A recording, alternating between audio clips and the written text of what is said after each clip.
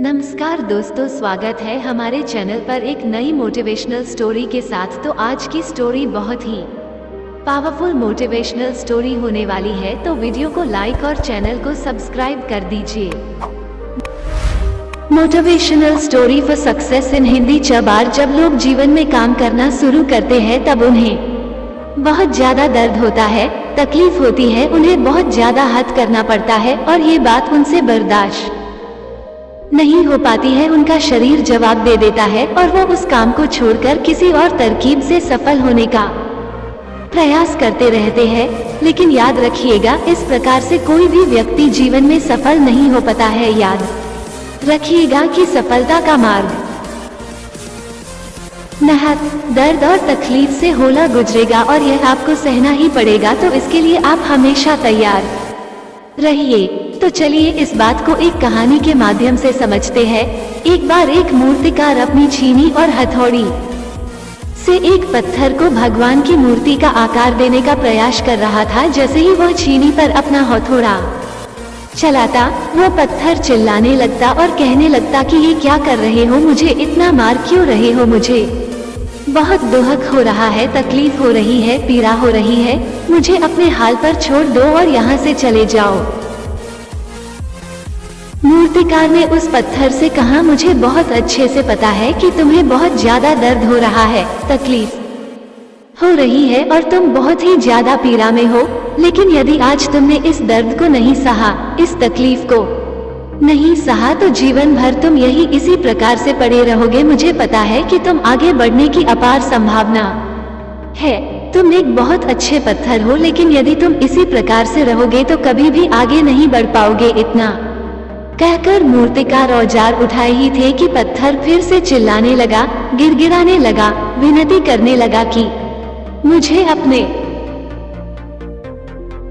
हाल पर छोड़ दो। मुझे पता है कि जीवन के लिए कौन सी चीज सही है और कौन सी चीज गलत है। मुझे बहुत ज्यादा दर्द हो रहा है, अब मैं इस तकलीफ को बहुत ज्यादा नहीं सह सकता। मैं जिस हाल में जो उस हाल में छोड़कर मुझे तुम ये से चले जाओ।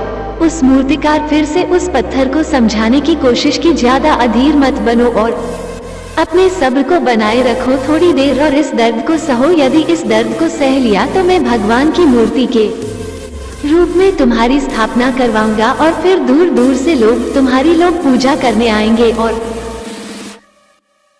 पंडित और लोग तुम्हारी सेवा करेंगे।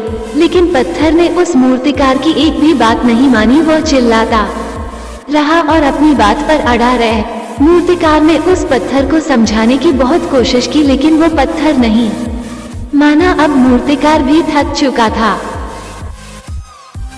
और वो उस पत्थर को छोड़कर आगे बढ़ गया और थोड़ी ही दूर जाकर देखा कि एक और बहुत ही अच्छा पत्थर वह पड़ा हुआ है। उसने छीनी और हथौड़ी उठाई और उस पत्थर को मूर्ति बनाने के लिए वो तैयार हो गया। मूर्तिकार ने छीनी और हथौड़ी का वार दूसरे पत्थर पर जारी रखा। दूसरे पत्थर को भी दर्द हुआ, तकलीफ उससे भी हुई, लेकिन उस पत्थर ने बर्दाश्त कर लिया और देखते ही देखते थोड़ी समय के बाद उस पत्थर ने भगवान की मूर्ति का रूप धारण कर लिया। थोड़ी दिन बाद उस मूर्ति की एक मंदिर में स्थापना हो गई। धीरे धीरे करके लोग वो पूजा पाठ करने आने लगे। लोगों की मन्नतें वहां से पूरी होने लगी और वो मंदिर बहुत ही ज्यादा प्रसिद्ध हो गया। अब धीरे धीरे करके दूर दूर के गांव से लोग वहां पूजा पाठ करने आने लगे। फिर एक दिन और उससे पत्थर को उसी मंदिर में लाया गया और उसे एक कोने में रख दिया गया। अब लोग आते और उस पर नारियल फोड़ते। ये कोई और पत्थर नहीं बल्कि भी पत्थर था जिसने दर्द को नहीं सहा था। अब वो पत्थर मन ही मन बहुत ज्यादा पछता रहा था, दुखी हो रहा था और अपने आप से कह रहा था कि काश मैंने उस दिन उस दर्द को, उस तकलीफ को सह लिया होता तो आज लोग मेरी भी पूजा करते। इसलिए आप भी अपने जीवन में हमेशा याद रखिएगा कि जब भी आप अपने करियर की शुरुआत में किसी काम को कर रहे हो, पढ़ाई कर रहे हो या कोई भी काम कर रहे हो और उसमें आपको दर्द हो रहा है, तकलीफ हो रही है, ज्यादा मेहनत करना पड़ रहा है, तो आप रुकिएगा मत, किसी और रास्ते की शुरुआत मत करिएगा, क्योंकि कोई और रास्ता आपको सफलता नहीं दे सकता है।